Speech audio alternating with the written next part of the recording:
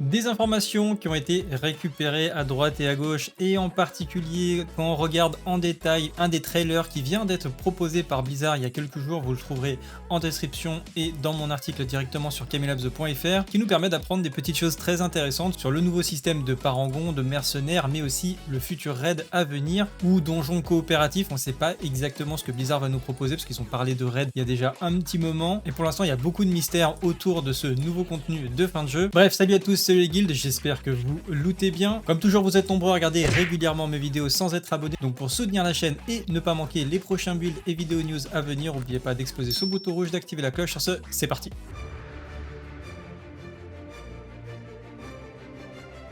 Un grand merci à Oli qui sponsorise la chaîne depuis plus d'un an maintenant, ça fait très plaisir de les avoir avec nous. Et je dois dire, je m'y suis mis parce que je voulais remplacer un petit peu le sucre dans mon quotidien. Et tout simplement, j'ai arrêté le café l'après-midi, je prends du Oli en boisson énergétique. Et franchement, ça a considérablement réduit ma consommation de sucre, en tout cas mon envie de prendre du sucre. Donc je vous le conseille, vous avez des réductions en description et tout ce qu'il vous faut pour tester et prendre votre première commande. Et en plus, ça soutient la chaîne, donc merci beaucoup. Donc on a eu un trailer très intéressant avec pas mal d'explications de certains développeurs, des décisions artistiques et des idées qu'ils ont partagées pour la future extension Vessel of Hatred,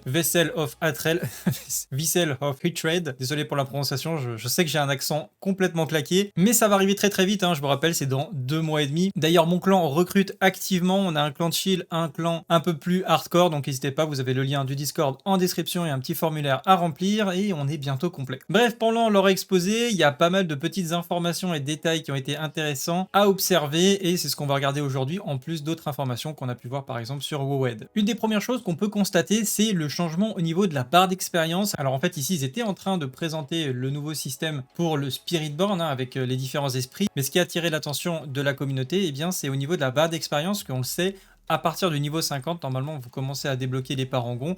Et là, on voit qu'il n'y a plus les petits crochets. Alors, si on se souvient de la version originale, voilà, je vous l'ai mis dans mon article. Normalement, par exemple, là, au niveau 66, vous avez des petits crochets comme ça qui vous indiquent quand vous êtes en train de prendre vos niveaux, eh bien, vous débloquez comme ça progressivement les différents points de parangon. Mais on a ici un nouveau système qui a complètement changé. Alors, on ne sait pas, est-ce que cette barre bleu va représenter les niveaux encore une fois? Est-ce que le niveau va s'arrêter au niveau 60 et après on va faire que débloquer des parangons comme ça? Pour l'instant, Blizzard n'a pas vraiment communiqué à ce niveau-là. Tout ce qu'on sait, c'est qu'il y aura évidemment plus de points de parangons, déjà parce qu'il y a une nouvelle zone, peut-être, et ça c'est une rumeur, qu'il y aura des niveaux supplémentaires ou alors un nouveau système de niveaux ou d'obtenir les parangons. Donc c'est pour ça que je vous parle peut-être d'un cap au niveau 60, puis après on débloque que des parangons finalement. Et si c'est le cas, ça pourrait énormément augmenter la difficulté du T4, hein, au passage. Et en plus de ça, on sait qu'il y aura des nouveaux tableaux de parangons qui seront disponibles pour les différentes classes, qui ne manquera pas, eh bien, de diversifier encore plus les différentes constructions de parangons, et ça va être vraiment très très intéressant évidemment comme ajout pour la saison 6 du coup de Diablo 4. Autre point très intéressant aussi qui a été remarqué pendant le stream, eh bien c'était dans l'onglet des monnaies. On peut constater qu'on voit l'or, les obols, la poussière rouge, donc on connaît très bien sur les anciennes saisons, et là on a les pales marques.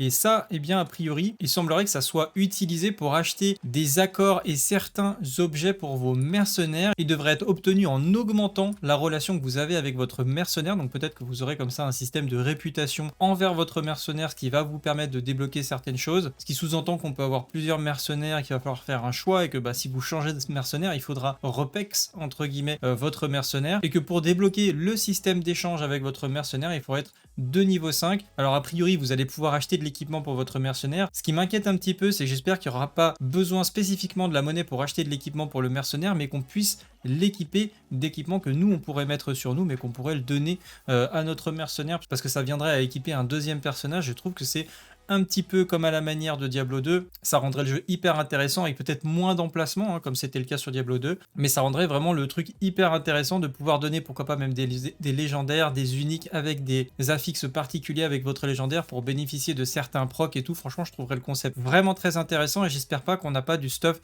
uniquement limité à acheter pour votre mercenaire et que ce soit un petit peu plus créatif que ça. J'aimerais bien d'ailleurs avoir votre avis à ce niveau-là. Est-ce que vous aimeriez bien justement un système à la Diablo 2 où on peut mettre à peu près l'équipement qu'on a envie de mettre dans les emplacements prédéfinie du mercenaire, donc des emplacements d'équipement du mercenaire, ou alors est-ce que vous pensez que c'est mieux pour éviter que le jeu parte en vrille entre guillemets, d'avoir un équipement comme ça qui est un petit peu contrôlé, qu'on va acheter un PNJ, qu'on va mettre sur le mercenaire. Ensuite, ça fait un petit moment qu'on n'en avait pas entendu parler, parce que Blizzard ne communique pas du tout, voire très peu dessus, c'est le système de raid ou donjon coop. On sait pas trop, parce qu'ils ont parlé de raid il y a très longtemps. La différence se situe, je pense, quand on parle de raid et de coop, pour faire la différence, c'est que coop pour moi ça resterait à 4, et raid, ça voudrait dire qu'on serait un peu plus comme sur un world boss, mais dans une zone où par exemple il n'y a que les joueurs de votre clan qui peuvent rentrer, ou alors on peut faire des groupes plus grands que des groupes de 4, donc peut-être un nouveau système d'interface pour grouper de manière un petit peu plus large, avec peut-être la caméra qui recule pour avoir une meilleure vue d'ensemble, comme encore une fois sur les World Boss. En tout cas, on a pu voir cette nouvelle monnaie, donc les Citadel Coin. Donc elle est censée être obtenue dans un endroit qui est appelé la Citadelle Sombre. Elle est utilisée pour acheter donc des objets auprès d'un vendeur sur place, comme